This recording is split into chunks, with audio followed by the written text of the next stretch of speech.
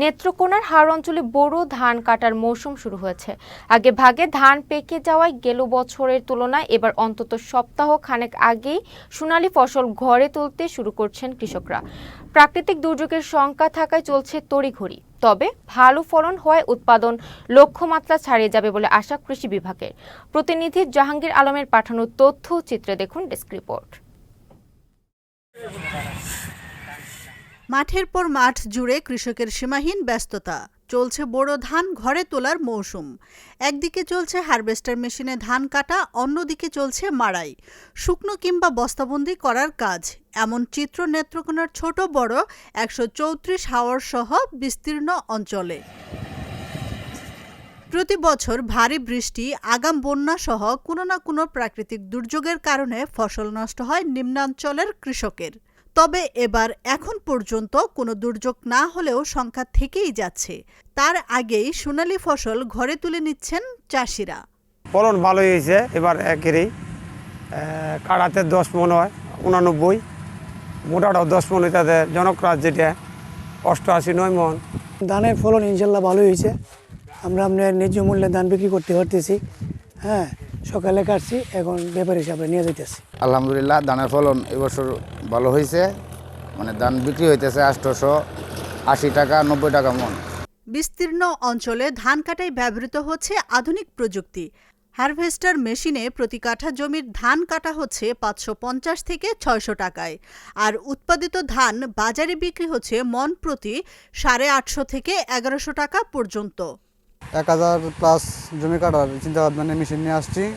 এবছর ফসলের অবস্থা খুবই ভালো। মাঠে একবারে বৃষ্টির আবহাওয়া, বৃষ্টির কোনো আশঙ্কা নেই। আমরা ইচ্ছা মতো ধান কাটতে পারতেছি।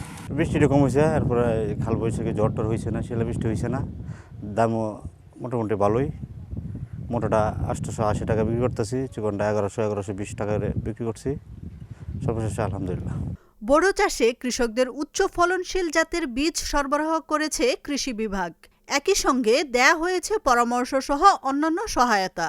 সব মিলিয়ে এবার উৎপাদন লক্ষ্যমাত্রা ছাড়িয়ে যাবে বলে আশা এই কর্মকর্তার।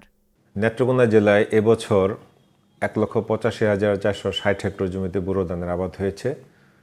তার মধ্যে হাওরের মধ্যে আমাদের জমির পরিমাণ 41,075 হেক্টর। ইতিমধ্যে হাওর এলাকায় পুরোদমে বোরো ধান কর্তন শুরু হয়েছে। আজকে পর্যন্ত শতকরা 44 মানে হাওরের জমির ধান কর্তন করা হয়েছে।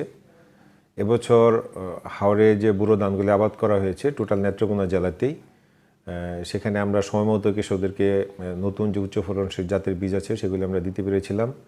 পাশাপাশি ফসল আবাদের সময় সুষম মাত্রায় সার কৃষকরা ব্যবহার করতে পেরেছেন এবং সেচেরও কোনো সমস্যা ছিল না, পরিবেশ অনুকূলে ছিল। সব মিলে বোরো ধানে আমাদের রোগ এবং পোকার আক্রমণ একেবারেই ছিল না। সেই হিসেবে আমাদের এবছর আবাদকৃত যে বোরো ধান, সেই আবাদকৃত বোরো ধান থেকে আমরা ফলনটা অনেক বেশি পাচ্ছি, আমাদের লক্ষ্যমাত্রার চেয়ে বেশি হচ্ছে। আমাদের এই জেলায় এবছর 8,42,327 মেট্রিক টন চাল উৎপাদনের লক্ষ্যমাত্রা আছে। আমরা আশা করি যে কোনো ধরনের দুর্যোগ যদি না আসে, আমরা সমস্ত জমির ধান যদি নিরাপদে ঘরে তুলতে পারি, তাহলে আমাদের যে লক্ষ্যমাত্রা আছে এই লক্ষ্যমাত্রার চেয়ে আরও অধিক পরিমাণে আমাদের উৎপাদন নেত্রকোনা জেলায় হবে। নেত্রকোনা জেলায় এবছর 1,85,460 হেক্টর জমিতে বোরো ধানের আবাদ করা হয়েছে। তার মধ্যে হাওড়াঞ্চলে জমির পরিমাণ 41,075 হেক্টর। আশরাফুন নাহার মালা, চ্যানেল এস, নিউজ ডেস্ক।